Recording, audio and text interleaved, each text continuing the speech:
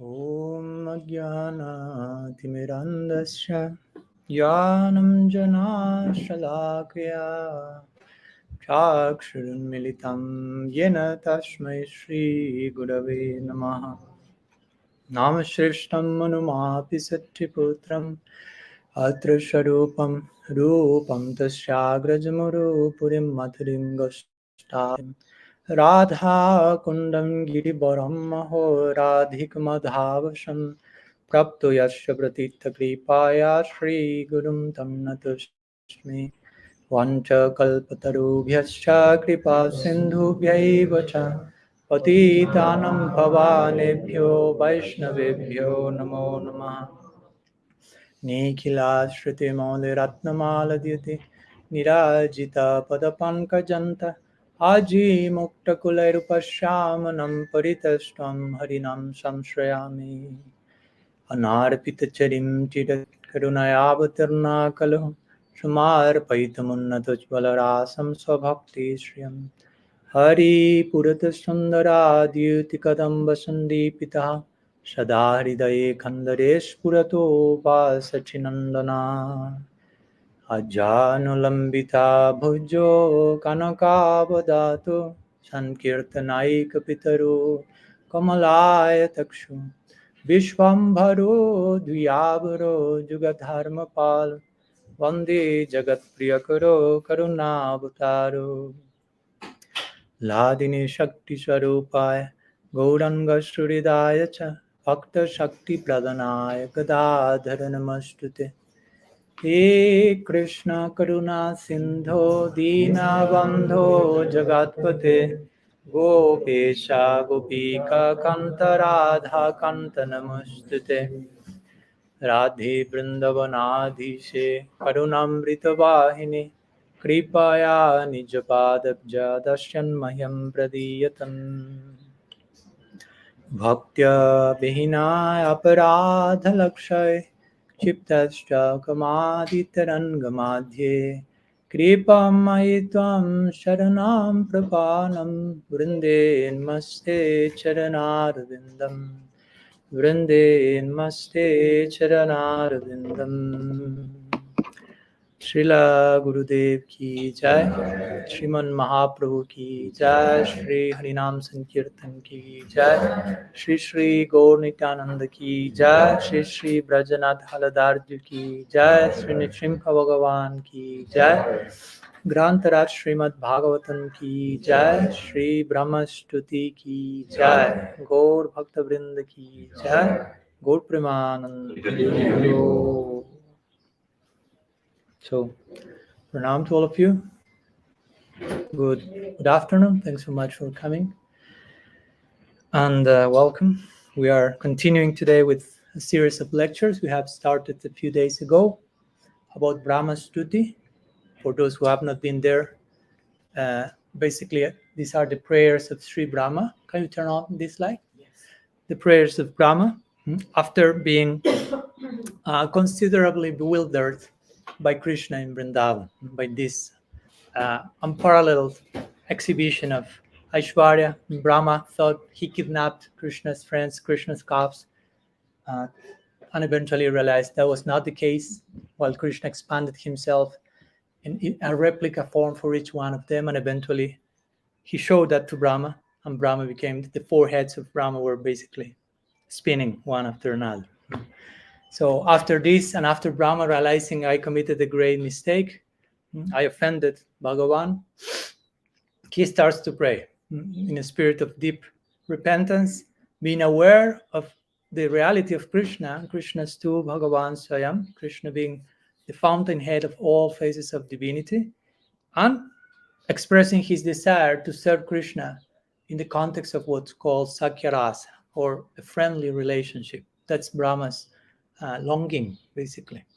So that will become apparent as the prayers progress more and more. So today we are in our fifth meeting, and we will be studying the third verse of these prayers. There are totally 40 verses, so we have a long journey in this connection. Let's see, maybe I will finish them next year when I'm returning here or something. Who knows? Let's see. But to begin with, as usual, we are making some brief recap of what we saw in the previous class. So I briefly mentioned what we saw yesterday. Yesterday, right? Yeah, yesterday.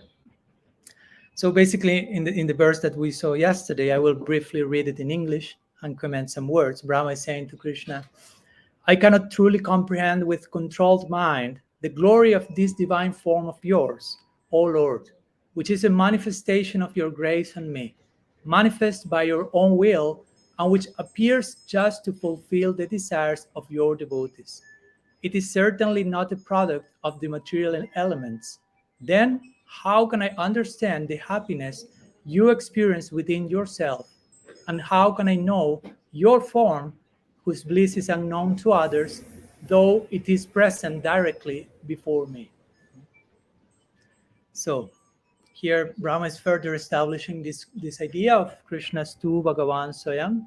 Krishna is the Supreme Personality of Godhead, in the words of Srila Prabhupada, and establish this idea. Krishna is the source even of Narayan, which is generally considered as God. So the Srimad Bhagavatam and our Gaudiya Sampradaya is presenting this very unique idea, which is Krishna is the source of God. Sometimes atheists ask, okay, if God is the source of everything, who is the source of God? We can say Krishna. We have an answer for that. And if someone asks who is the source of Krishna, we'll say Radha. If someone asks who is the source of Radha, we'll say Krishna. And on the story, next argument. So Brahma is realizing all the things that are pretty much overwhelming. No? So he's basically not able to grasp, to ascertain what's going on with this form. From this unique form that seems like of an ordinary cowherd boy, unlimited Narayans are coming. So, and I'm the most smart guy in the whole universe. Brahma is the topmost scientist, if you will, forehead, thinking in all directions. But even, he says, and I have control mind, and even in that situation, I cannot fathom what's going on here. So if I cannot understand in this world, who can understand, basically? And of course, the answer is nobody can understand in this world Krishna nor his form, unless he's allowing himself to be known by his kripa, by his grace. That's what Brahma will make in these and other verses. So Brahma is implying here, before Krishna, you showed me these 4-armed forms of Narayan, so many of them. I cannot even understand one of those unlimited 4-armed Narayans. What to speak to understand all those 4-armed forms? What to speak or understand that unique form of yours from which all the other forms are coming? I cannot understand. This verse has this idea, this theme. I cannot understand. I cannot understand. I cannot understand constantly. That's the situation of Brahma here.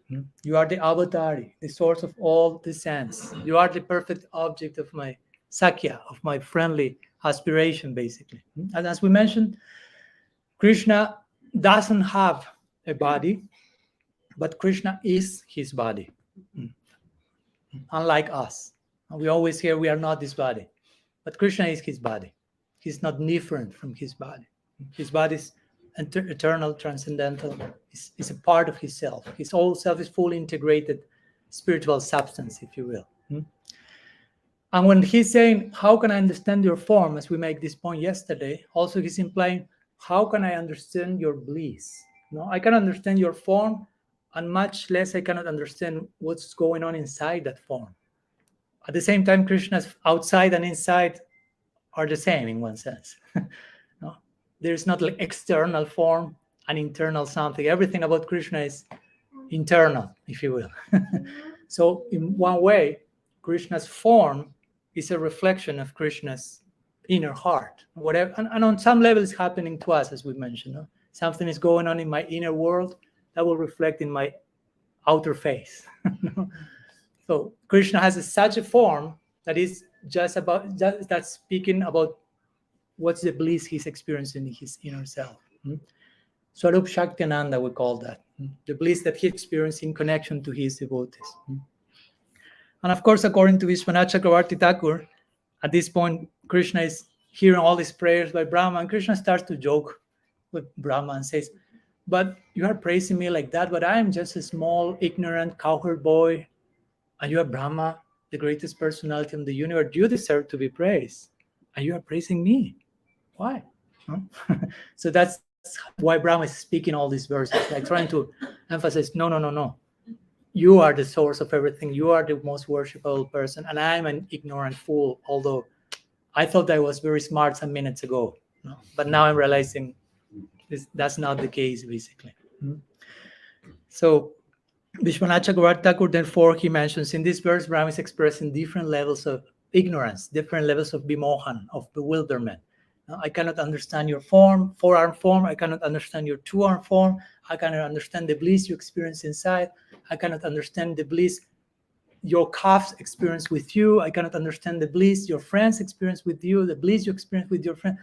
I cannot understand anything. No? 5 minutes ago, I thought I understood everything. No? He's having an epiphany. No? Imagine you think, I understand everything, and 5 minutes after you realize, I don't understand anything. So something happened in between, something interesting, basically.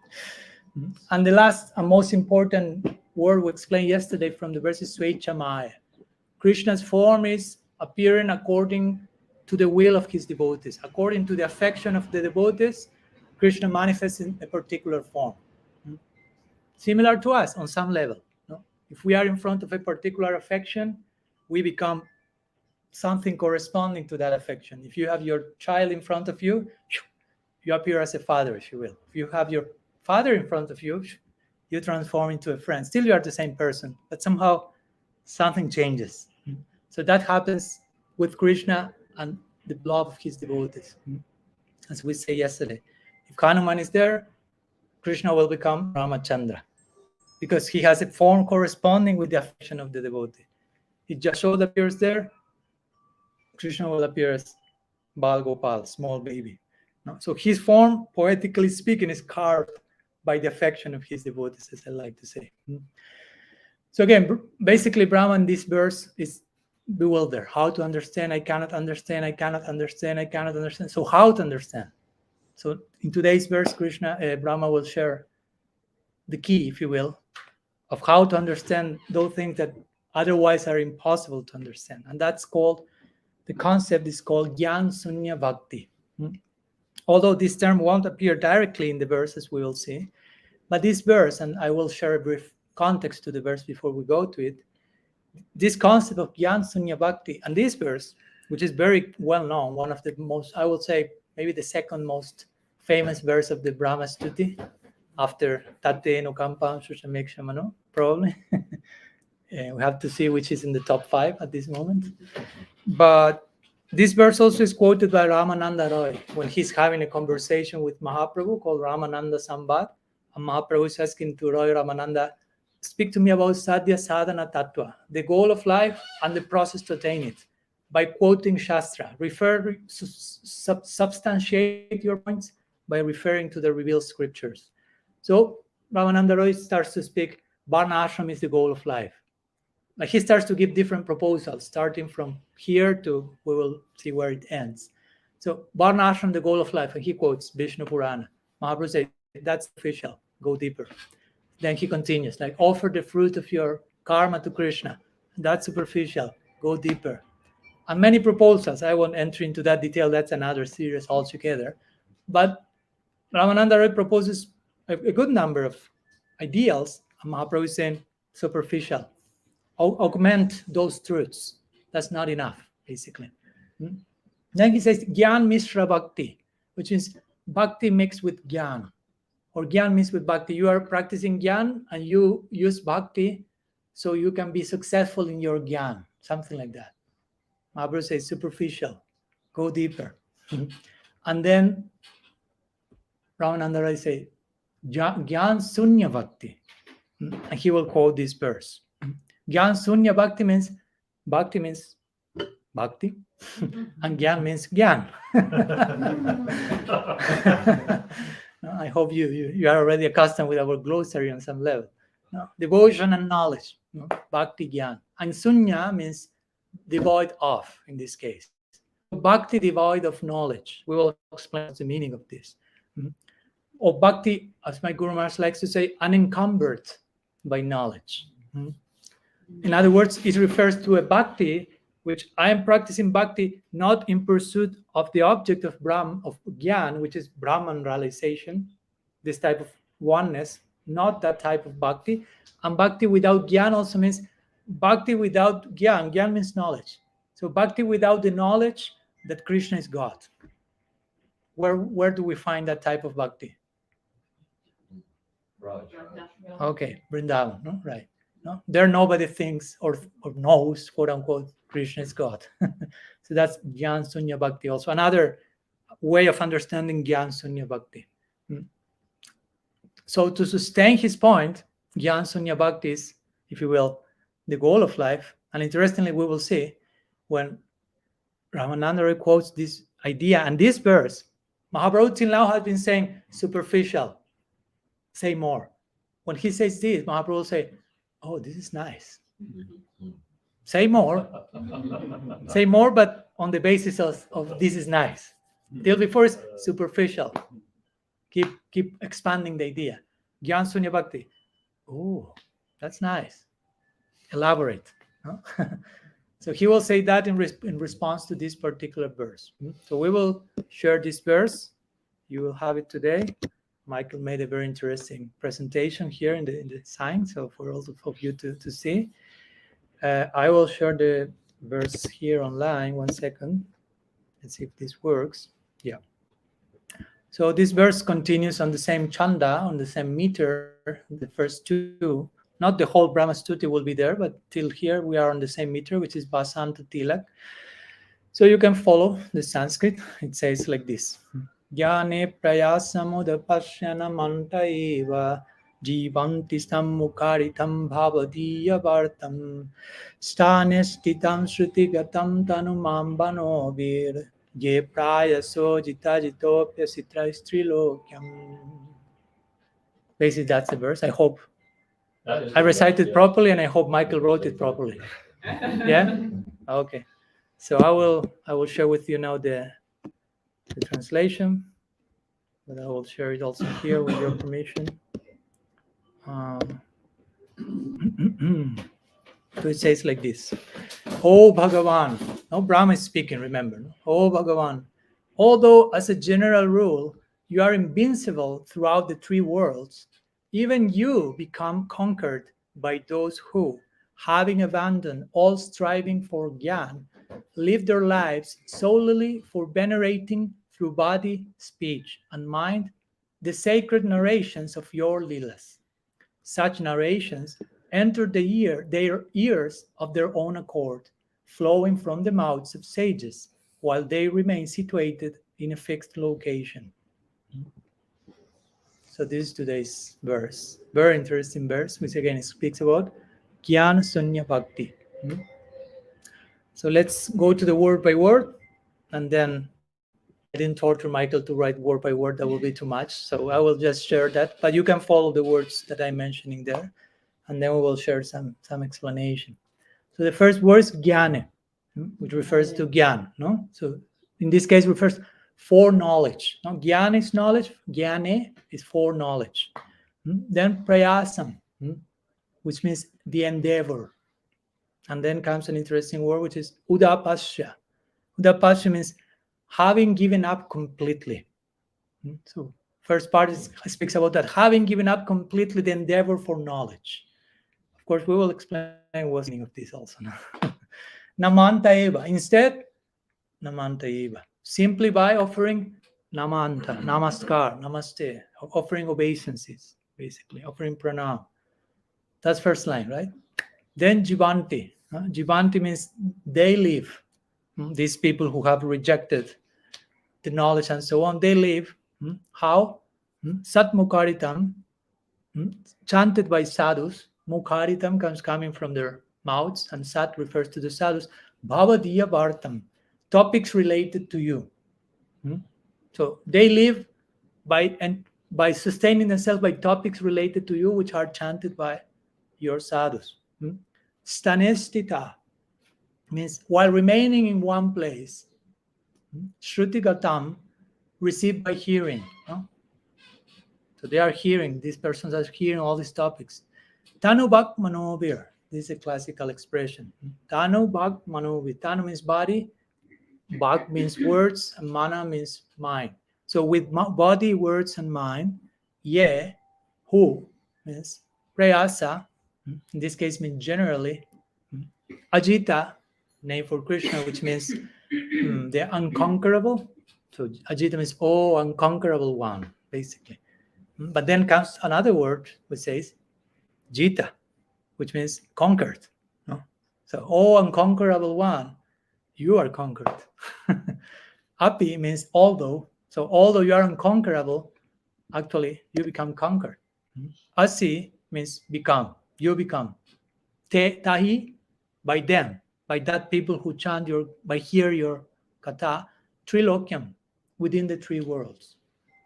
So within those who are within the three worlds, you are known as unconquerable within the three worlds, but nonetheless, you will become conquered by those who hear about your topics and dedicate their life to sustain their very existence by serving with mind, body, and words.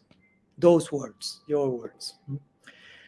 So let's try to unpack a little bit the context of this verse, the content. So I'll begin as usual by reading Bhakti Vedanta Bhavanubad, which is a brief explanation that my Guru Maharaj has made of this verse that will be published in his forthcoming book, Sakya Mandala, which kind of summarizes all the other commentators have said. So I will share this, and then we will go to some of the elder commentators, and let's see where we end. So it says like this. The notion that bhakti possesses greater salvific efficacy than Gyan is central to Brahma's eulogy. So bhakti has much more power than Gyan to take one into penetration into transcendence. Gyanis and yogis often overtly appear more spiritual than devotees to the untrained eye. And this is particularly so when Gyanis and yogis are compared to Krishna's cowherd friends, who in many respects appear just like ordinary, uneducated cowherds, as does Krishna himself. So this is an important point. And generally, to the untrained eye, if you see a Gyani or a yogi, someone just wearing, loincloth with long dreadlocks and dressed in ashes, living in a cave, you'll say, wow, super advanced. But if you see a devotee, you may not think, oh, that's such extraordinary. I'm going to speak if you see the cowherd boys playing and eating, having a picnic. Say, I can do that. Again, untrained eye. Why this is so? Because generally we tend to think, okay, on one side of the equation we have material life, materialistic life, and we know what that means. No need to enter into the details. We know the art of being materialistic. So we may think, okay, if this is to be materialistic, if sense enjoyment, let's say, for example, is materialistic life about, then the opposite of that should be spiritual. So sometimes we make this type of idea. So if material life is enjoyment, then renunciation has to be spiritual. So the more someone is overtly renounced, we will think, wow, super advanced spiritually. But bhakti, interestingly, is not that one extreme nor the other. Bhakti doesn't have to do with karma nor with jnana. It's not about enjoyment, selfish enjoyment, but it's not about detachment. It's about loving Krishna. And in that loving Krishna, there's a form of enjoyment and there's a type of detachment. But bhakti is a middle path. Karma and jnana are on the two sides of the pendulum. But bhakti is in the middle, and that's why it's so difficult to understand. The Bhagavatam says, Nanirbhino nati shakto bhakti yogosya siddhidha. If you want to attain perfection in bhakti, you have to be not too much attached, but not too much detached. Because if you are too much attached to enjoy everything for you, you will forget that everything is for Krishna. But if you are too much detached from everything, you won't be able to engage anything in the service of Krishna, because you are detached from everything. Even from Krishna, you may become detached. But Srila Prabhupada will say Krishna consciousness is not the science of detachment, but it's the science of attachment to Krishna. So in that sense, bhakti is in the middle point. It's not the extreme of karma, the extreme of gyan. And again, overtly doesn't seem that extraordinary. The devotee seems to be doing what everyone else is doing, what to speak, the associates in the lila. But if you train your eyes, if you pay close attention, you will realize, wow, this is super extraordinary. This is above all other forms of spiritual discipline, basically. So it's difficult to understand. No? The scriptures say, Vaishnaver kriya mudra, vikneya nabhuyaha. It's not so easy to understand the movements of a devotee, because that person seems to be part of the world, normal, ordinary, but her inner motivation when engaging with this world is worlds apart.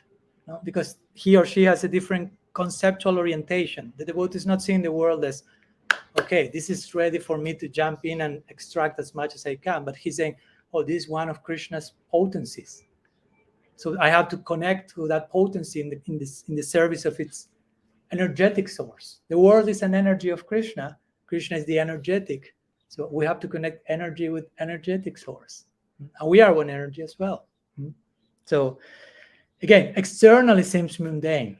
Internally supramundane, especially if we go to Vrindavan and watch what they are doing in Braj. Again, informality, picnic, eating with the left hand and taking something. Oh, Krishna, taste that. This is really good. And Krishna goes, wow, this is, I'm taking from their mouth and putting it. I said, what? Those are the most advanced spiritualists. So you have to really pay close attention to follow that. No? But there's supreme detachment in that. No? For example, Uddhava, who is not a Brajavasi, but he's bordering that because he went to Vrindavan. He was really affected for that. He once said, Tvayu pabukta shaganda basalankara charchita bhujino uchitadasas maya yatma jaye mahi. So he's saying, I will conquer the influence of the illusory energy, he says, by eating your remnants. He's speaking to Krishna. By eating what you have eaten, by wearing your clothes, by decorating myself with your ornaments. And at that time, Krishna was a prince in Dwarka. So he ate pretty fancily. He had very nice clothes. But Uddhava is saying, I will only accept those things which are your remnants. I will just survive on the strength of what comes from my master. Although externally all that comes from Krishna seems pretty opulent, Uddhava is being extremely detached there in terms of ego. And his ego is saying, I'm your servant. I will only survive from whatever comes from you as a remnant. Externally, it happens to be super opulent, but he's not taking anything in that sense. He's taking, I'm surviving on your remnants, my master. So that's a higher level of renunciation that wearing a loincloth on the cave. Because you can have loincloth, cave, and ashes, but your ego may be still, I'm the center or something. But Uddhava is surrounded by this fancy stuff, but his inner world is, I'm your servant and I'm surviving for whatever you have used. So that's a higher level of yogic discipline, although it doesn't seem so. That's why we have to train our eye to understand the devotees, bhakti. So returning to the commentary, remember, thus Brahma feels the need to make his case for bhakti unequivocally, and for the extreme form of bhakti that he experienced in particular. After all, Svetashvatara Shruti 3.8 states, knowing Brahman, one can surpass death. Tarhitameva viditva atimrityumeti. If this is so, then how can apparently ignorant person attain liberation? Because again, Krishna and his friends apparently are ordinary persons. But Brahma is praising them from tip to toe. So the scripture is speaking about only one who knows Brahman can surpass death. So they seem ordinary. So how to harmonize that?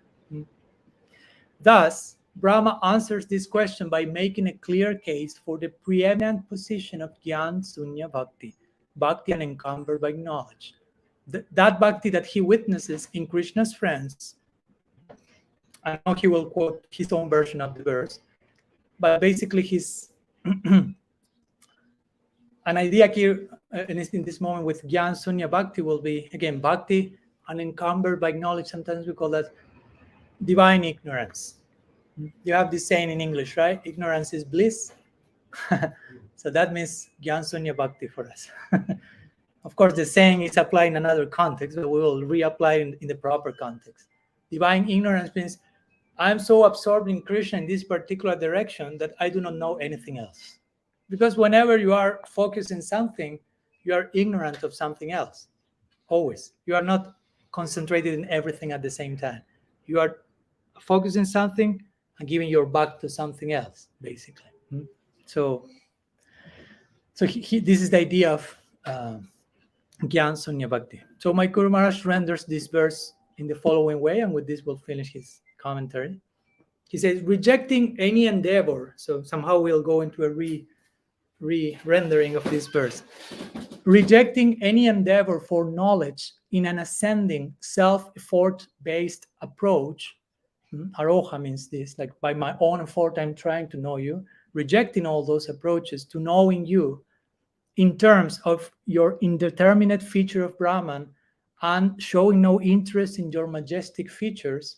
Remember, these two are Gyan Sunya Bhakti. I don't have interest for Brahman in personal realization. I don't even have interest in your reality as God. In Vrindavan, they are not interested in any of those things. They're interested in Krishna as he is.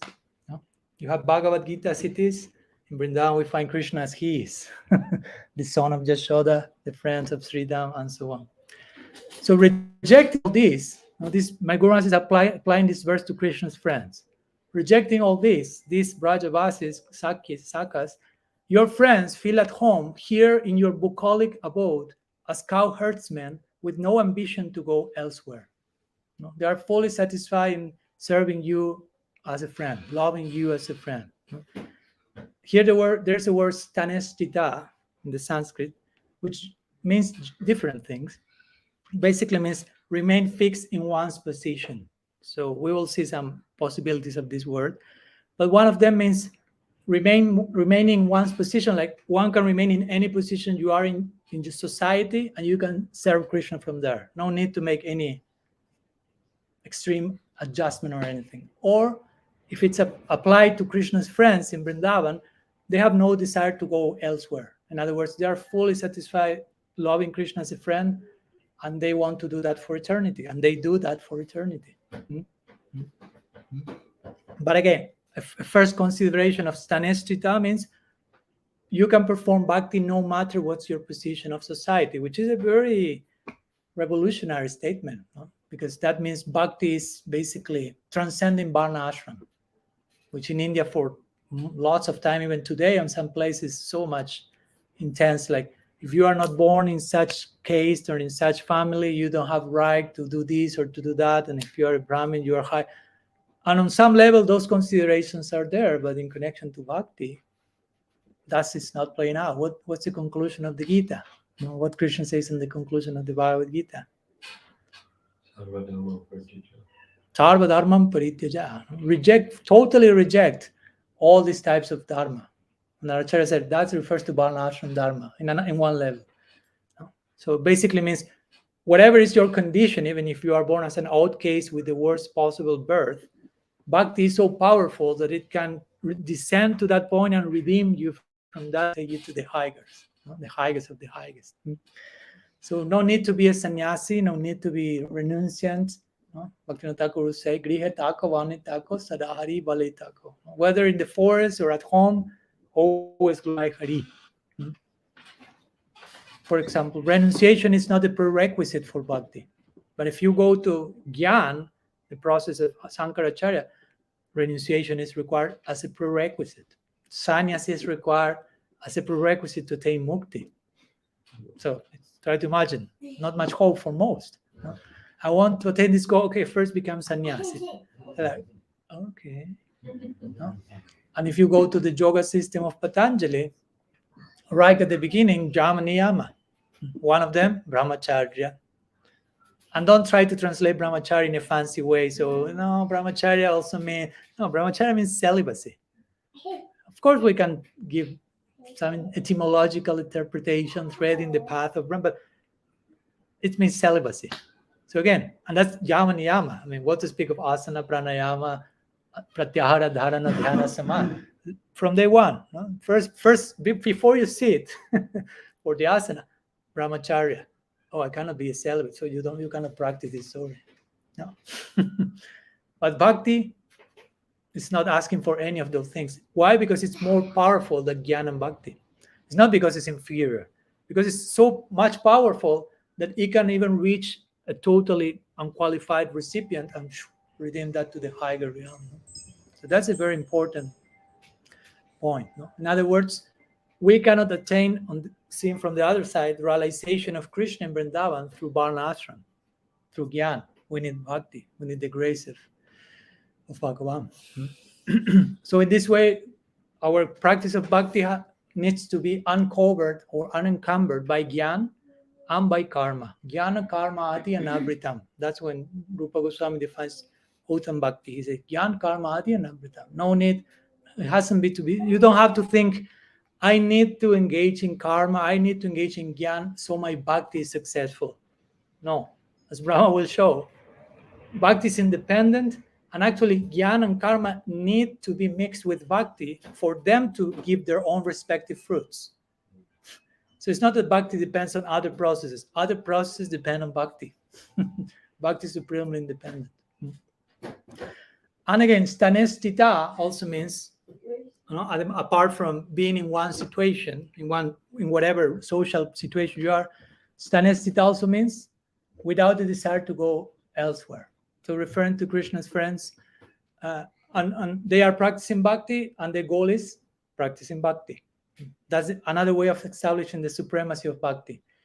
Bhakti is the means, and bhakti is the goal. We engage in bhakti so we can engage in bhakti as a goal. We are not engaging in bhakti for mukti. We are not engaging in bhakti for heavenly delights. We are engaging in bhakti for further bhakti. Like when Srila Prabhupada was asked, what's the fruit of chanting Hare Krishna? And he just very normally say, well, to chant more Hare Krishna. Like, why will we want something else? Like common sense, right? Another person was like, well, so they don't want to go anywhere else. That's a very beautiful idea of bhakti. It means basically what you are doing now, you will be doing in eternity. So you already have the opportunity of being doing those things that you project to do forever. That's how user-friendly bhakti is. You will be chanting, serving, and so on. That's the idea you will be doing in eternity. Of course, with much deeper feeling, and that's why we are still here. But the practice are the same. So that's why the friends of Krishna are totally satisfied where they are. It's the famous story when Krishna is showing to the Brajavasis, at one point the Brajavasis think, oh, our Krishna has so much special powers. He killed those demons and did that, did this. Let's ask him about our next life. Probably he knows and he can show us which will be our next lifetime. So all the Brajavasis in their transcendental naivety go, and Krishna says, okay, I will show you your next life. You close your eye for a minute, he tells. Now he does a little bit of magic. Close your eyes. So now open your eyes. So the Brajavasis open their eyes and they see like some form of portal. But in that portal, what they see is exactly the same situation in where they are on earth. So it's like if Krishna is putting a mirror in front of them. And all the Brajavasis look at what's going on in their next life and they realize, oh, the same thing that is going on now. And they are totally, oh, great. All of them are happy, like, wow, this is incredible. We will continue meeting each other and loving, oh, great. Nobody is thinking, oh, I wanted something else, because there is no something else, basically. So let's go to the last part of my Guru Maharaj's rendering of this verse.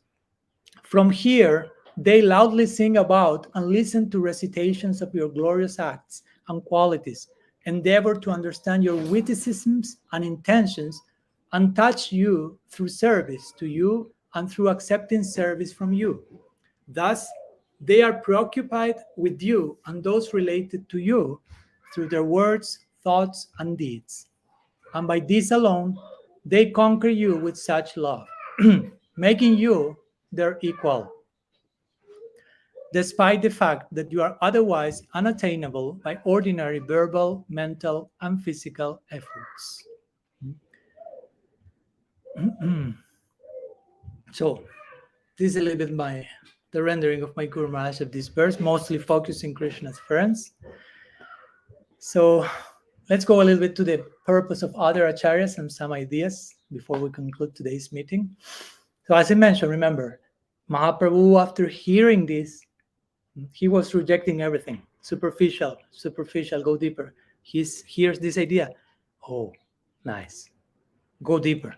Now, like implying, this is the very foundation for the love we find in Vrindavan. And of course, Mahaprabhu wants to hear from Ramananda Roy what's the highest reach of love, and that will be in connection to Vrindavan.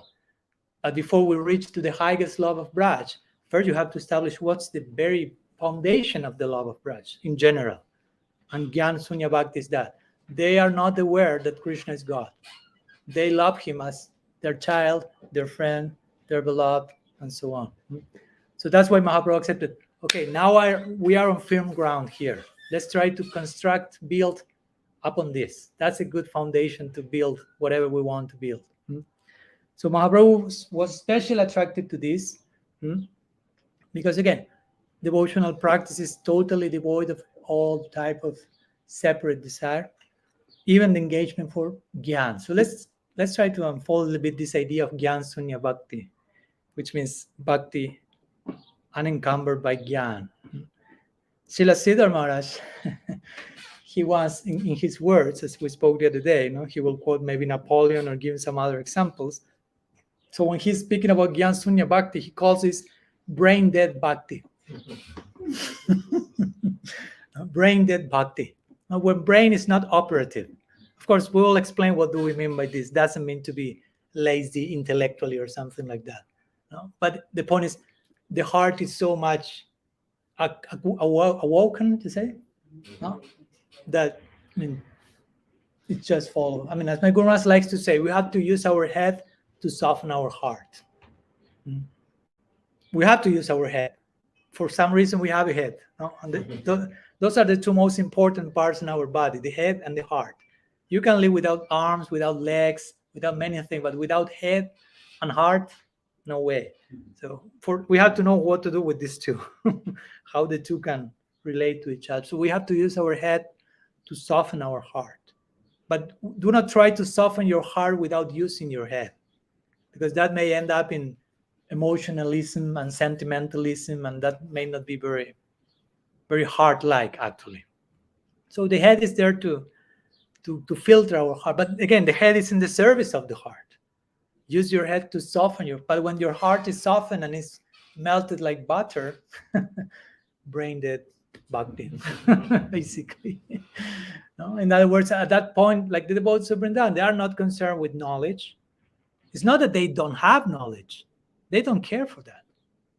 They have used, and that, how do you see that? As my Guru Maharaj said, when a little cowherd girl from Vrindavan village come to this world as Rupa Goswami, how much knowledge that cowherd girl has. But in Vrindavan, they cannot quote one single verse from scripture. They do not know Shastra. They are not like reciting verses, but when they come in the Gaur Lila, so much knowledge they have. So all that knowledge is there, but there's no need for that in the dynamics of Braja Lila. So it's there. Knowledge is there. Aishwarya is there. What is in the background? As we can see, Aishwarya is there in Vrindavan. Brahma just saw the greatest display of Aishwarya that we will find in the whole Bhagavatam. All these expansions and Vishnus, that's in Vrindavan. But that's, again, in the background. Krishna showed that to Brahma. His friends were not there. That would be disturbing for his friends. What's going on, Krishna? This is too much. And knowledge is there in Vrindavan in another way. If you take knowledge, if you take love at the highest knowledge, and it is, Krishna says in the Gita, Raja Vidya, Raja Guhyam Pavitramida Motamam. So Raja Vidya, he's speaking about Bhakti there. He said Bhakti is the king of knowledge. Love is the king of knowledge. So wherever there's the most love, there's the highest knowledge. So you have highest knowledge and highest Aishwarya in Vrindavan. But again, interestingly, that's not playing out overtly in a way that is interrupting the flow of the Leela. Do you follow my point? Srila Sridhar Maharaj also used to give this example. He gave the example, of course, this example was given by him by like 30 years ago, maybe 40 years ago. He will give the example of United States as, I don't know if it's is still true, but at that time it seemed it was. He says, United States is the most powerful military country in the world. So, but he says, you are not walking in the streets and you are seeing all these tanks parading and walking in front of you and missiles and so on. Like, it will disturb the natural flow of daily life. But those things are there somewhere. And if some country attacks the country, the US, all those things will appear in the front. You follow? But there's no need for those in the daily normal life. That will be disturbing. So similarly, he's saying in Vrindavan, all this Aishwarya and Gyan, knowledge and majesty, all these missiles and tanks are there in the background. But they are not appearing in the front because that will be too disturbing. So that's how this type of ideas play themselves out. Remember when Uddhava went to Vrindavan, we refer to him quite often because it's a similar case with that of Brahma. Uddhava is a friend of Krishna, servant of Krishna, but he's a Jnani Bhakta. He has knowledge Krishna is God. He loves Krishna. He has friendship with Krishna, but his friendship is mixed with his God. So it's a particular friendship because imagine how do you relate with your friend knowing his God? I mean, Uddhav does somehow. But he goes to Vrindavan, as we know, Krishna sent him as a messenger. Please pacify the Brajavasis in separation from me. We studied that recently in the Brahma Gita. And he tries to pacify the telling, oh, Nanda Maharaj, Jashoda, do not suffer. Your son is God. So he's everywhere. So no need to suffer in separation. He's in every place. And Nanda Maharaj looks at him like, Uddhava, no? I heard that you were a smart person from many people. Wise, like Krishna's minister in Dwarka, but now that I hear you speaking, I realize you are a fool. Krishna is God. Huh? How can you say that? He say, I know God, Nanda Maharaj say. I worship God every day on my altar. Narayan is God. And I worship God, and I know how God is. God is self-satisfied. He's peaceful. He has all his desires in place. Krishna is the opposite of that. I know him. He's all day asking me things. If I do not give to him what he wants, he starts crying. He lies. He steals. Ananda Maharaj is not aware of his rendezvous with the gopis. So he's not peaceful at all. Nanda Maharaj is saying, no, to Uddhava. So how can you say that Krishna is God? No, that was like, what I'm supposed to say here? Oh my God. And then again, he goes to the gopis and tries to convince them, and the gopis, Radharani starts to speak with the bumblebee, and they start to show a display of Mahabhava and the highest love that Uddhava is just like, where I am, what's going on here? And he starts to realize, actually, I thought I came to give a message, but Krishna sent me here for me to receive a message from them. I thought I came to school them, but they are schooling me. Now I understand which was the mercy of Krishna by sending me here. He wanted to give me a gift, basically. So my point is, Uddhava went with this knowledge to Vrindavan. Krishna is God. Krishna is God. He entered Vrindavan. That knowledge was destroyed, basically, by the heart of the Brajavasis. And with that, they show there's no place for this idea in Vrindavan. Krishna is God. What to speak of Nirvishesh Gyan, this impersonal knowledge that points to Brahman and so on. So again, the only place that you will find this absence of knowledge is Vrindavan. Vrindavan. So it's important to understand because again, Brahma is pointing to Vrindavan. Brahma wants to become a friend of Krishna in Vrindavan. So he's establishing the philosophical foundation for his own desire and longing. Let's go to some of the purpose of our ancient acharyas. You have some minutes? Okay. We have eternity. Thank you so much. I was testing if you gave the correct answer. Okay. Nira passed the test. Okay, very good. So the class is too long. You have to speak with Nira. So let's go with Sridhar Swami. Sridhar Swami is one of the most ancient Bhagavad commentators.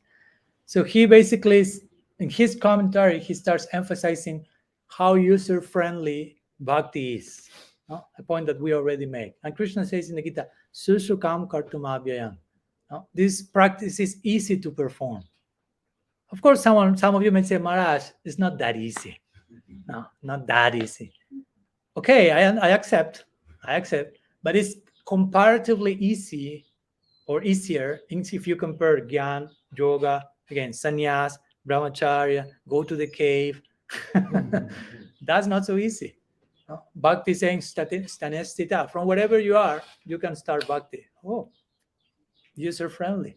Of course, there will be some difficulties. Not because Bhakti is difficult, but because we are difficult. Bhakti is very simple, but to be simple is very difficult. You follow? Love is simple. Reality is very simple, but to be simple, that's not so easy. And we are in the midst of that. We are very unnecessarily complicated. So we are trying to simplify our lives. But Bhakti is very simple. If we are simple, Bhakti is simple. Sometimes the devotee is called Saralata, which means simple person. So again, Bhakti is simple. There's no need of prayasa. One of the words in the verb. Prayasa means unnecessary effort. We have certain amount of energy. We have to know what to do with that and how to use properly. So in Bhakti, there's no need for excessive effort. But just what's this verse saying? Just listen Hari Katha and you can attain the goal. Just listen to the narrations of Krishna and you can attain perfection by listening. I said, just listening? And the point is, it's so easy that it may be difficult for us to believe that it's possible. That's the interesting thing about Bhakti. It's so simple and so easy that we say, no, it cannot be like that.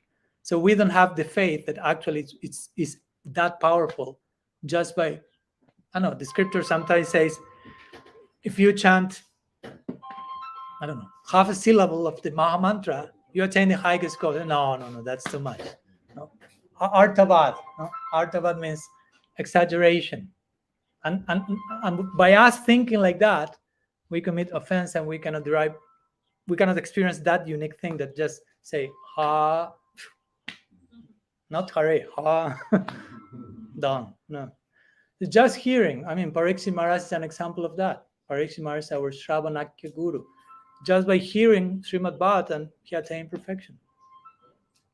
Of course, he only heard. He was not in need. Oh, I need to check Instagram and I need to do this he was just hearing. And he was capable of just hearing. He didn't eat nor sleep. That was high standard. Just hearing. That means just hearing.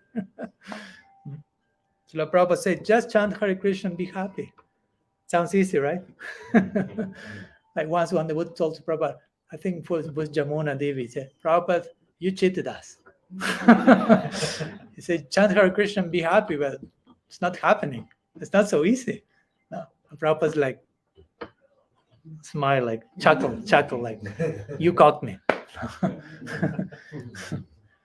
Again, the potential is there. Just chant and be happy, but are we capable of just chanting and be happy still? No. Once my Guru Maharaj was giving a lecture about all these different topics of the philosophy, and someone at the end asked, but Swamiji, why just chant Hare Krishna and be happy? Why all this need of this philosophy and all this concept? Why all this stuff? Just Hare Krishna, chant and be happy. So my Guru Maharaj replied, and you are doing that? You are only chanting and you are happy? Or you need to do so many other things yet? And he like, okay, next question. So yeah, just by chanting, just by hearing, everything can be attained. But the point is, still we feel the need of so many other things to do, to have, to experience. So gradually we are trying to make Krishna part of that agenda. And gradually we will be more and more attentive to his agenda. How can I be part of his agenda? But this verse is making the point, at least. The Bhagavatam starts with this second verse.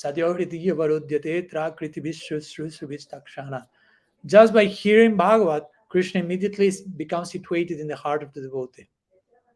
Just by hearing Bhagavatam. The point is, these lines I'm sure we have heard many times, but somehow enters here, but it doesn't go here sometimes. No? It's like enters here and continues flying here and there. So Gyam Prajasa Udapasya. No? So this verse speak about Udapasya means rejecting totally, and Jnana Prayasa means the effort to know. So again, we are not promoting here, do not think, be stupid, or be lazy intellectually. But we are mentioning to try to think too much. That's complicated. That's a big baggage you have to carry. But we need to use our head so nicely that we reach the point that we realize this has its limits. Only those who are really using their intellectual capacity as much as they can will reach this point that their own intellect will say, I can carry you till this point. From that upwards, you need another method. It has been nice to travel with you till here, but now you have to go to another vehicle. Limits, intellect has its limits. If you only depend on your head, you will end up in a sort of limbo. That's what the Shastras say. Tarka pratishtana. Tarka pratishtana. Only through tarka means like logic and head. Apratishtana. Pratishta means position. Apratishta means no position. You will end nowhere. Limbo. Guaranteed. If you want if you want to approach Krishna with your head, be ready for the result of that. I mean, again, we can use the head, but understanding its limits and in such a way that it's softening our heart, not that it's hardening our heart. Because if you use your head wrongly, your heart becomes a rock, basically. No more heart, if you will. And everything becomes calculation and control. That's Maya. Maya means to control. And the head is a lot about that. Knowing, possessing, controlling, calculating. And that has nothing to do with love. So we have to be very careful. And thoughts are subtle forms of things. So you can be attached to things or you can be attached to thoughts. We are not very healthy, very becoming also. So how this verse is saying, obtain relief from your head, Gyan Prayasa Udapasya, Namantaiva. Namantaiva means put your head on the ground. Namaste, namaskar. No? What to do with my head? Put it on the ground, basically. That's what Brahma is doing here. No? As we say, he's taking turns with his four heads. 1, 2, 3, 4. He's giving the example. He's walking the talk. So on how to put our head in the ground, because of course it's not just a physical thing, put your head in the ground. Although just doing that already creates some interesting inner situation, just by physically, no? Like my Guru Maharaj likes to say, no, you will like to have tears of ecstatic love flowing from your eyes. First, you must expect another form of water expanding from your body in the form of sweating in the service of your Guru. Then the other type of water will come. But first you have to be committed to render service to your well-wishers, your guardians. So similarly, you want to have some internal movements of ecstasy. First, start with some external movement and put your head on the ground. That will create some internal movement. No? Again, not as a forced thing, but understanding this is important. I mean, again, the most wise person, intelligent person on the planet and more is doing that here, is saying that here. No? Stop thinking too much and just put your head on the ground. And by putting your head on the ground, you will get to know much more than when trying to know everything through your intellect. In other words, by doing this mudra, if you will, namaskar, by presenting yourself in this way, you will, if you are doing sincerely, of course, it's not just some choreography, you will be disposing yourself, opening yourself to receive some things that are not attainable just by mere calculation, not possible. And how to do that? This verse is elaborating. How do I incline my head? Also by hearing these narrations about Krishna that naturally predisposes us to venerate, to worship, to appreciate. And again, just hearing. You are hearing now, hopefully. I'm looking at your face. You seem to be hearing. So in one sense, to hear, you don't have to do that much effort. I mean, you have to, of course, drive till here, have nice prasad, maybe make an effort not to fall asleep now after prasad, after the feast. But you are just sitting there and everything rest is just coming. It's not that you With the other senses, sometimes need to do more effort to do one thing or the other, to touch, to hear, to whatever, to smell or to watch. But hearing is just like receiving what's coming. Of course, it's simple, but not that simple. Something has to be done. We have to hear from proper person, and we have to hear with proper attitude, basically. You have to hear correctly. It's not just being there physically, but how internal disposition. And Srila Sri Maharaj once he used these 5 terms: Shravana, Varana, Sadhana, Apana, Prapana, like a pun, like a play of words. Shravana means to hear. Varana means to accept what I'm hearing. Again, this is not an imposition, but if you are hearing from someone you trust, ideally you will accept what's coming from there. So you hear, you trust, you accept, then sadhana.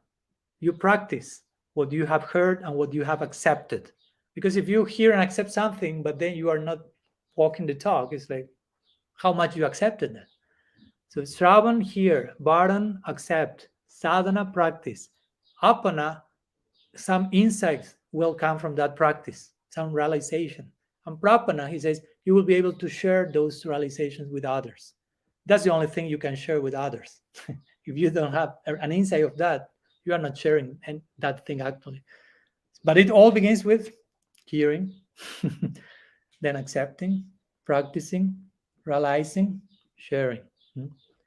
So, but the important thing, and over again, is Shastri is saying, try to hear from the Guru, for example. No? You hear from Guru, and Guru, as my Guru Maharaj likes to say, he says always, okay, my role as a Guru is to make you uncomfortable, he says.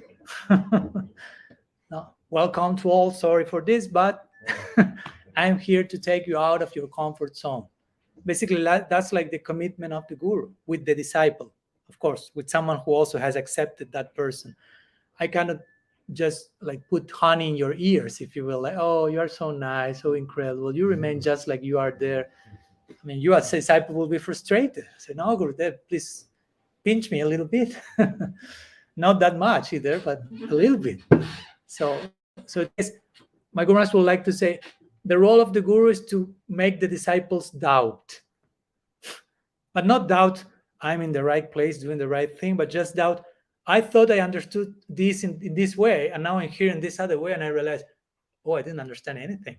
Like Brahma here. Brahma is having a lot of doubts, but for good. No, I mean, he's having a transformation. So the Guru is creating this doubt that will nourish our faith. No? There's a way that faith will be nourished by doubt. No doubt about that. But not the doubt that Krishna says in the Gita, those who doubt always about everything, they end up nowhere. We are not speaking about that type of cynicism, you say? Where you are like not trusting anything. No, the type of healthy doubt that takes you out of the comfort zone and makes you think from another perspective. And oh, this I used to see in this way, and now I realize there's a bigger picture. So the doubt comes regarding my own previous understanding, but faith is nourished with that. So the point is, by hearing in that way from proper source with proper attitude, what happens with the fruit of such hearing? Last line of this verse. Ye prayaso jitajitopya sitraistilokyam. Basically, he who is ajita, he who is unconquerable, becomes conquered. You can conquer the unconquerable by hearing with the proper attitude from the proper source. The supreme invincible, you say in English, invincible, becomes defeated by love, basically.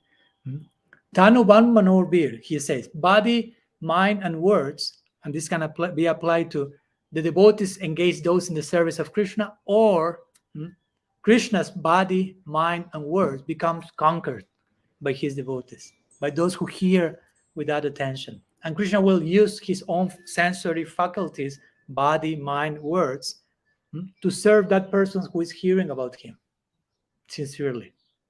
That's the idea, basically. For those who hear about him from the dear devotees, San Mukaritam, Krishna becomes conquered, basically, by Bhakti. I mean, that's the teaching of the Bhagavatam. God is conquered by bhakti. That's Krishna in Vrindavan especially. He's so conquered that he's no longer God in one sense. God remains there somewhere in Vaikuntha. But in Vrindavan, Krishna is something else. Krishna is conquered by bhakti. And he himself, I mean, Bhagavatam famous verse saying, Aham bhakta paradino yashratan trivadya sadvigrastari tayo bhaktir bhakta jana priya. This is spoken by Narayan in Vaikuntha. He's saying, Aham bhakta paradino. I'm under the control of my devotees. Aham bhakta paradino yashratan trivadya.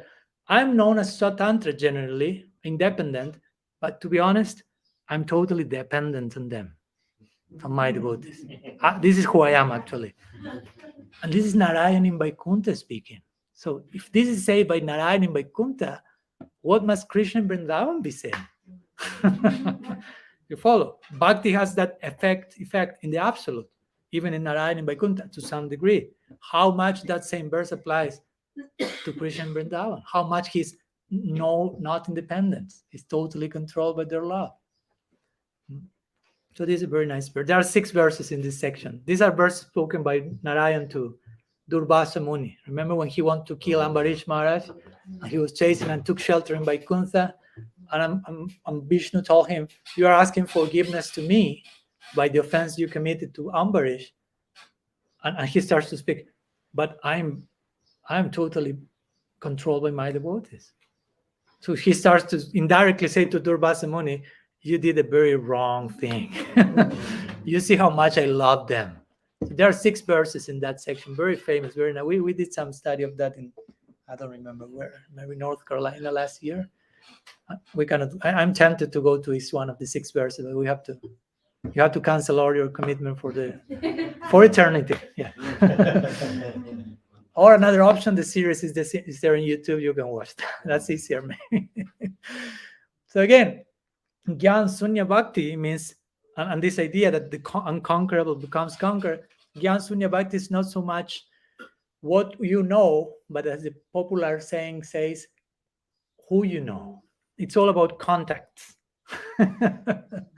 No? Like you can be a very nice musician, but if you don't have the proper contacts, nobody may know about how nice you are as a musician, basically. So the karmis are interested in enjoyment. The jnanis are interested in knowing. No? So enjoying, knowing, and the bhaktas are interested in serving he who enjoys and knows everything. Krishna. That's bhakti, basically. To know the proper person. To know Krishna, he's the enjoyer. I'm not the enjoyer. He's the knower. I'm not the knower. So I will serve him, basically. That's the idea. So this verse presents this idea of serving Krishna through hearing. That's a very nice idea, because sometimes we have this idea of serving is just doing physical stuff. No? Do service, which means basically carry a very heavy burden that nobody wants to do, or go and clean a Govardhan pile of pots or something. But sometimes we don't think, I don't know, chanting japa is service. Srila Prabhupada said that's the most important service, for example. Confirmed by Indranuj. Thank you. No, part of the soundtrack.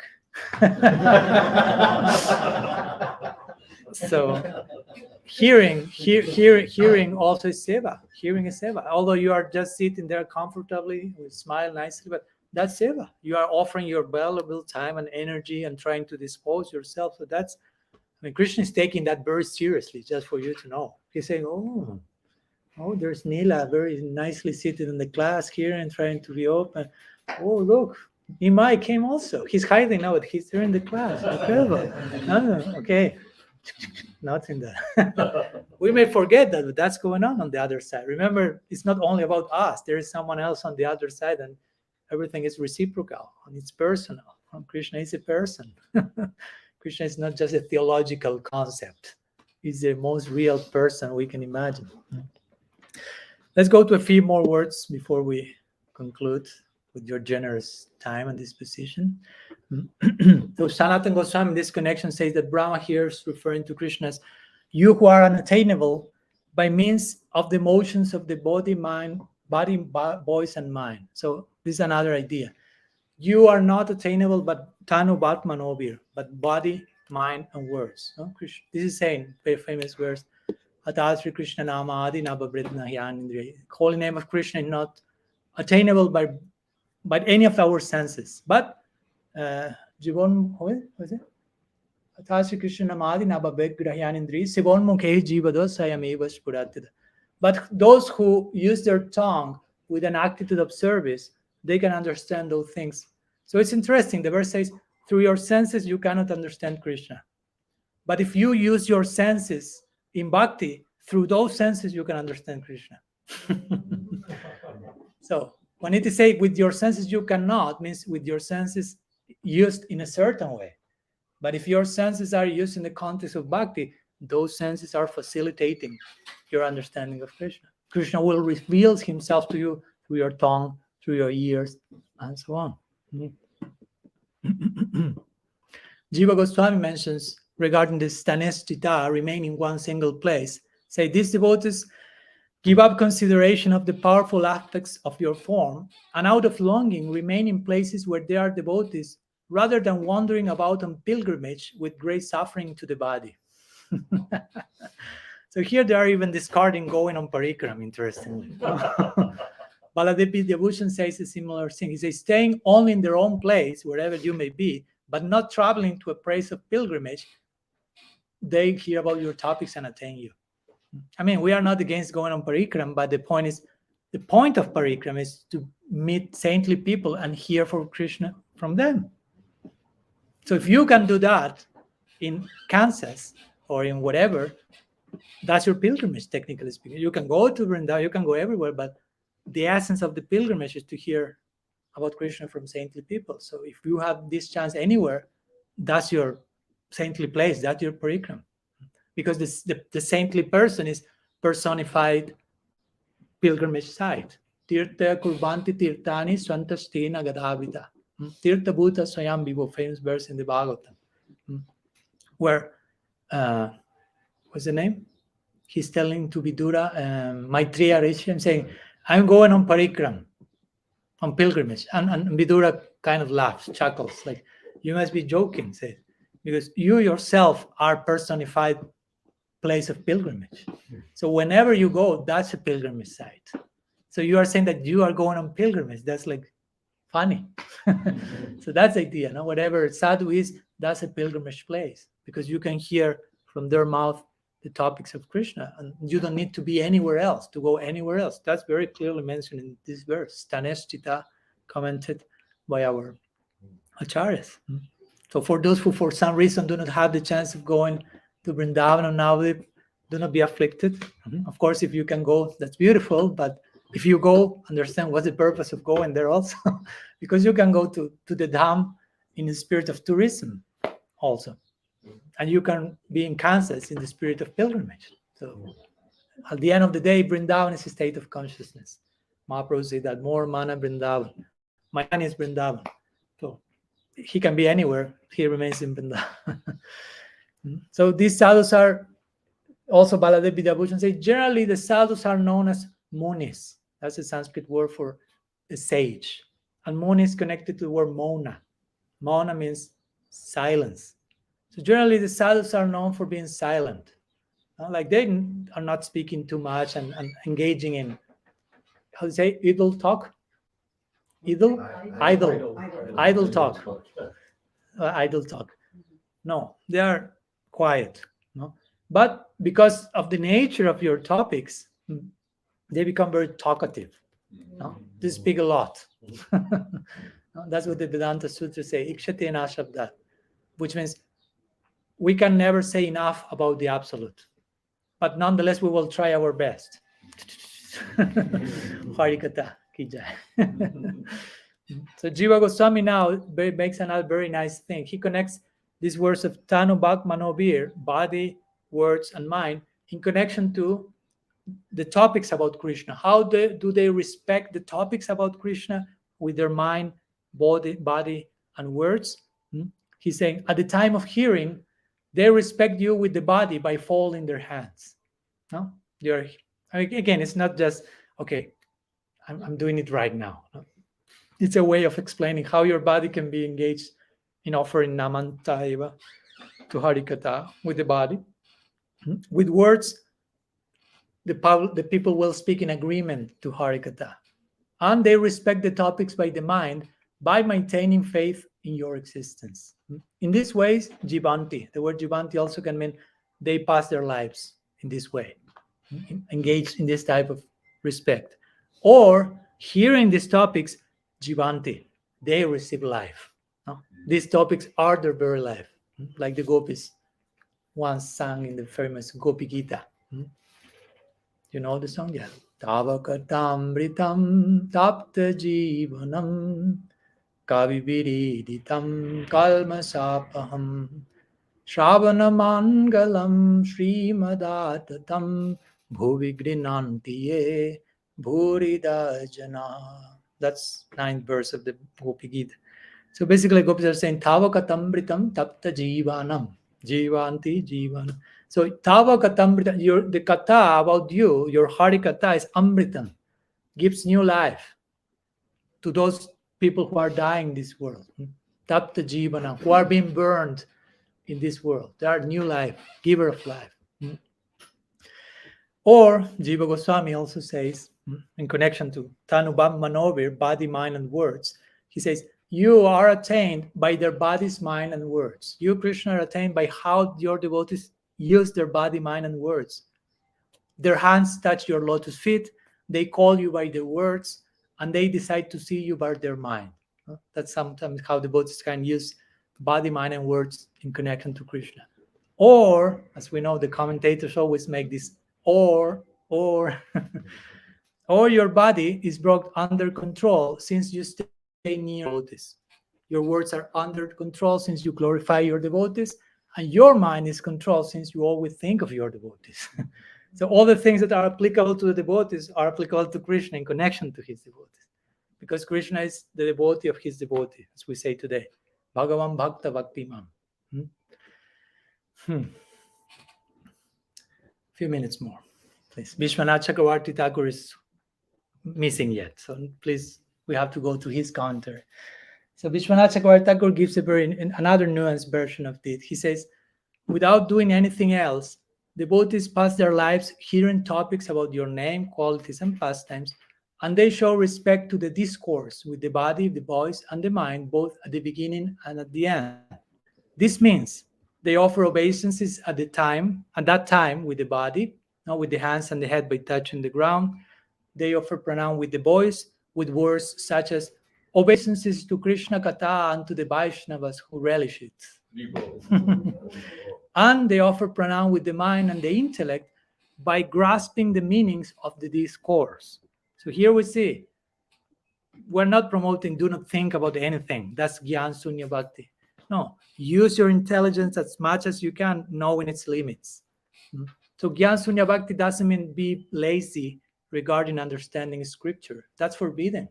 Krishna Das Kaviraj Goswami says, Siddhanta Valiya Chita Nakara Alas. Krishna Haite Krishna Lagib Sudrida Manash. Iha Haite Krishna Lagib Sudrida Manash. He said, try to contemplate the Siddhanta, the conclusions of the scriptures, very thoroughly. And then he said, Nakara Alas, means don't be lazy. Because he knows we are lazy, so he has to tell it. Not like, like when Krishna says in the Gita, Sarvadharmam parityaja mamekam sharanam braja ham tvam sarva papi mokshais chami. What does it mean, masucha? Don't fear. Why he's saying don't fear? Because he sees we are like this, trembling, basically. So don't fear, don't fear, don't fear. If we are not fearful, he doesn't need to say don't fear. But he's saying abandon everything and just surrender to me. And we are like, oh my gosh, no, it's like I have to jump off the cliff. Don't fear, don't fear. So here, Krishna Das Kaviraj is saying, don't be lazy. Because he knows you are lazy. Don't be lazy, try to understand the Siddhanta. And he said by doing that, Krishna Lagi Sudridamana. Krishna will become more firmly established in your mind. By working with your head, Krishna will take a more firm seat there. So again, Jnana Sanya Bhakti is not an excuse not to think. no? And to be stupid in the name of, oh, I'm giving my heart to Krishna or something. No? Shastriya Shraddha, the faith we have needs to be nourished by proper understanding of scripture. Shastra Yukti, we have to use our logic according to what revelation. What is condemned here is just trying to think independently of revelation, independently of Harikatha, independently of what the sadhus are giving. If you are just trying with your own head to reach Krishna, you end up nowhere. That's condemned. But when revelation comes to you, Shastra, Harikatha, do something with your head about that. That's the best opportunity you have to use your head. I mean, if you really enter into this philosophy, my God, I mean, your head will be in ecstasy. In ecstasy, and also saying, I am starting to realize my limits. No? This is going off top of my head. But you can engage. You have to offer your intellect to Krishna. You have to offer your physical body to Krishna in service. You have to offer your subtle body to Krishna in service. Everything. Not only physical actions, but thoughts, intellectual processes. All that is to be made an offering. Of course, the more subtle, the more difficult to be the offering. It's easier, let me wash the pots. And okay, we have to begin somewhere. And we can wash the pots forever, no problem, but but not as an excuse not to offer the other sections of our inner self. So let me conclude this meeting by referring back for a minute to, remember we started with this Ramananda Sambad, this conversation between Mahaprabhu and Roy Ramananda. So this is where we find this term Gyan Sunya Bhakti that is so central to today, brain dead Bhakti, which is implicit in this verse with the idea of Gyan Prayasa Udapasya. So again, this Gyan Sunya Bhakti is, of course, rejecting Gyan Mishra Bhakti, which was the previous proposal by Ramananda Roy, Bhakti mixed with Gyan. That's rejected by invoking Gyan Sunya Bhakti. But also again, Gyan Sunya Bhakti rejects the idea of not of using Bhakti for the sake of mukti, not interested in that. And Gyan Sunya Bhakti is rejecting the idea of Bhakti with knowledge of Krishna's divinity as a goal. In our practice, we need to be aware Krishna is God. But the more you get closer to Vrindavan, the more that idea needs to recede to the background. So you can relate with Krishna accordingly in Vrindavan. So in its ultimate application, this verse and the idea of Gyan Sunya Bhakti is transporting us all the way to Vrindavan. Because that's the only place where you will find this divine ignorance, as we mentioned. In that place where Krishna is loved as a child, as a friend, as a lover, not because he's God. That's a very important thought. Sorry if I'm repeating that too much, but generally we'll think, okay, God is to be served and loved because he's God. I mean, many people approach God with different reasons. Of course, Krishna says in the Gita, Artha Jiknyasura Artha Arthi Jnani Chavaratarsha. Some approach me because they want money, they want material prosperity, they are suffering. That's mostly the main club, the afflicted club. God, help me, I'm suffering. Okay, Krishna says, we have to begin somewhere. Some people want wealth, knowledge, some people want money, or some people is worshiping me because I'm God. But in Vrindavan, we don't find any of those approaches. Brajavasis are not approaching Krishna for knowledge. They are Gyan Sunya Bhaktas. They are not approaching for material welfare. They do not care for that. They are not approaching Krishna out of fear or suffering. They are not approaching Krishna because he's God. So again, that's a very extraordinary. Why do they approach Krishna? Because of something beyond the fact that he's God. Generally, one serves God because he's God. He deserves to be God, to be served. But Brajavasis do not think like that. They're just spontaneously attracted to Krishna and to love him because he's so charming and beautiful, basically. So again, this verse is establishing this foundation of that type of bhakti that is found in Vrindavan, and which is, of course, the focus of Brahma. He wants to enter that as a friend of Krishna. And that's the focus of his longing, Braja Bhakti, Sakya Prema more specifically. So today I will finish here my explanation of this verse. Next verse will be tomorrow. Of course, if you have time, tomorrow Sunday, we will be also discussing the next verse, which will be a continuation, if you will, with this one. There's always some connection between verses. So in the next verse, we will further unpack the implications of this verse, and Brahma will be focusing on the futility of Gyan devoid of Bhakti. So it's kind of connected to the topic. But today we will put our Bhagavad Gita to rest here, and tomorrow we will continue. And if there are any questions, want to overextend, we have Kirtana now, Artik. So we will share there and continue sharing a little bit more. And if there are questions, we can continue speaking these days. Srila Gurudev ki jai, Shriman Mahaprabhu ki jai, Shri Harinam Sankirtan ki jai, Shri Gaur Nityananda ki jai, Brajanath Haladar ki jai, Nrsimha Bhagavan ki jai, Grantara Srimad Bhagavatam ki jai, Shri Brahma-stuti ki jai, Gaur Bhakta Vrind ki jai, Gaur Preman Hare Go, Vancha Kalpatarubhyascha Kripa Sindhubhya eva cha, Patitanam Pavanebhyo Vaishnavebhyo Namo Namaha, Ananta Koti Vaishnava Vrind ki jai, Gaur Hare Go.